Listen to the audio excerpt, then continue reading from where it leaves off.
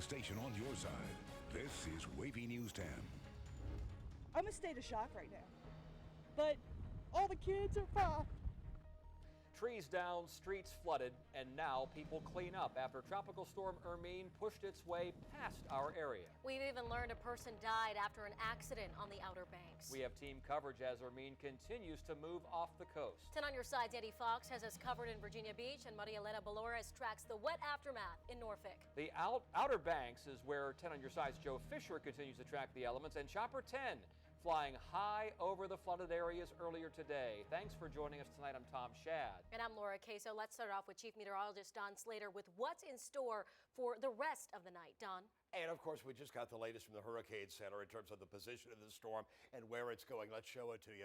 This has been a memorable one. It's not been a hurricane for us. It's called post-tropical storm Hermine right now because it's really elongated. It's not really tight. It's spread out all over the ocean right now, and it's spreading some wind over our area. There's where it went over the Outer Banks, right on in over the top of Roanoke Island. The right side of the storm is the worst part of it, and Hatteras Island, of course, got the worst of it. But all of us got a taste of this thing.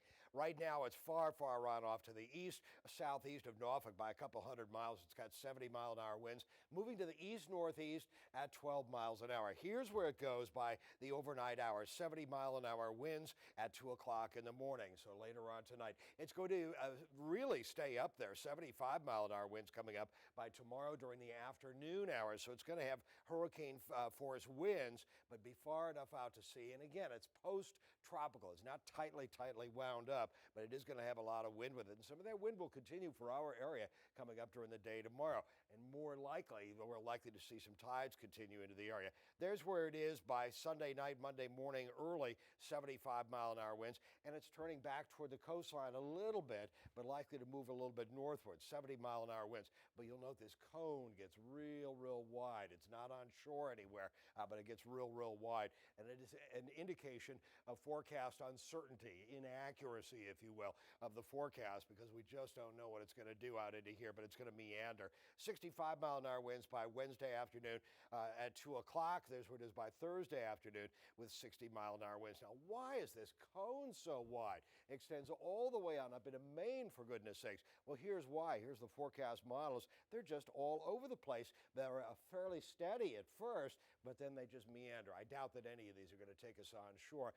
Biggest effect is going to be the tide, this evening's tide at 11:26, a little lower coming up tomorrow morning, a little higher again tomorrow night late, and there's where it is by Monday into the moderate range. We'll talk more about what's going on, and Ashley Baylor will have your full forecast coming up in just a few minutes. All right, so watch where you park your car. Our team coverage continues now from Virginia Beach, where we've seen storm damage and beach erosion. On top of that, he's seen tidal flooding and talked to the city, who says they're waiting before they start their cleanup along the ocean front. That's right, Andy Fox. How are things looking out there? Tom, Hermine was a nasty tropical storm, as Don told us. You can see what she did to the side of this hotel and the surf over here. We'll take a look at that surf. Hermine may be gone. It may be a post-tropical storm, but we're still feeling the effects here. Early morning ocean front, Tropical Storm Hermine hitting. The Virginia Beach Pier standing strong against relentless surf. A tree fell into the St. Croix apartments. Erica Ross heard the sound in the night. I wish the apartment people would stay on top of the trees, because we've been complaining about dead trees for the longest time. So they don't take care of the property, so this is not a surprise for us.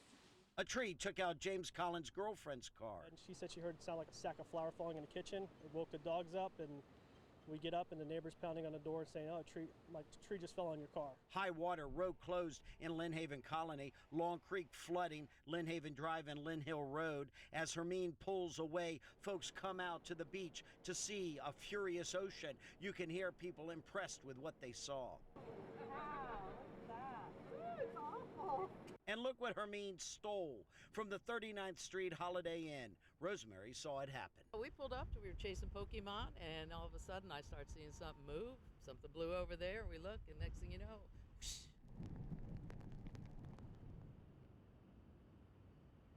And then it came down. You see a lone person out there along the beach. You can still see a rough surf. About an hour ago, we went racing up the beach because there was a report of surfers in distress. Rescue found no one and then left. But it is a reminder, don't go in the water. We actually saw some people just a few minutes ago swimming in the surf. Not a good idea today. In Virginia Beach, Andy Fox, 10 on your side.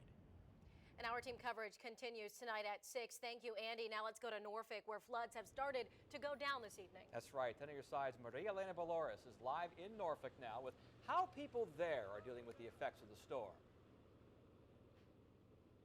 Yeah, Tom, Laura, well, the rain has definitely died down, but the wind has picked up here. We've been all over Norfolk today, from downtown to Ocean View, which is where we are now, and we're seeing a wide variety of reactions to this weather. Take a look at this video from earlier today. You can see there's knee-deep water that shut down roads, including Hampton Boulevard in downtown Norfolk. We saw a number of stalled vehicles out on the road, a few trees blocking roads as well, and there were actually a number of people out talking to each other, walking around, looking at what happened. Some of the people said they were prepared for the storm, but others say it caught them by surprise. I've never seen anything like this before. I woke up at around 8 and I came out and my truck was almost submerged underwater, so I moved it up more in the parking lot, but it hasn't came in the house yet. We are going to be out in Norfolk the rest of the night, keeping an eye on the damage, so we will be sure to keep you updated. And later tonight on WAVY, we'll hear from a homeowner on how he protected himself and was prepared for this storm. Live in Norfolk, Maria Elena Valores, 10 on your side. All right, Elena, thank you. Tropical Storm Hermine caused problems for people in one Chesapeake neighborhood. Here's video 10 on your side's Kara Dixon got earlier today. This video is from Martin Johnson Road in the Deep Creek part of the city. We're told the tree was blocking traffic to several neighborhoods in the area. Down to the Outer Banks now, where the brunt of the storm hit overnight. This is Nags Head, where the storm ripped off part of the roof at the Holiday Inn Express. Dixie 105.7 got this video earlier this afternoon. And you can see law enforcement in front of the building working to learn tonight if there were any injuries there. Staying in the Outer Banks now, the National Weather Service confirms a tornado touched down in Hatteras Village. They plan to send a survey team when conditions improve to determine how strong and really how big it was. This is from the Hatteras Sands Campground. What's remarkable here is that there was a family in this overturned camper just minutes before winds picked it up and flipped it on its side. Then just a minute later, the wind picked another camper off the ground and it landed in a canal. We spoke with the woman who was in a camper with her family when she got an alert on her phone about a possible tornado. I turned and the truck and the camper had already started to lift. And then their camper, they got out in time. Their camper went straight into the canal. And you know, it doesn't stop there. These bungalows flipped over into the water and there were people inside of them. When it all happened, they were able to swim to safety, and we are told they were taken to the hospital with minor injuries. Throughout Dare County, significant flooding in South Frisco. They are seeing about 5 feet of water on NC 12. This is video we got this morning after some heavy rain fell. Dare County Commissioner Alan Burris tells us there is significant flooding in North Avon. He told 10 on your side's Andy Fox he didn't anticipate it would be this bad. He said this flooding is as bad as it was during Hurricane Emily. Of course, we'll continue to monitor the flooding there, so of course, stay with us. And meteorologist Ashley Baylor continues to track Hermine tonight at 6. Her full forecast coming up.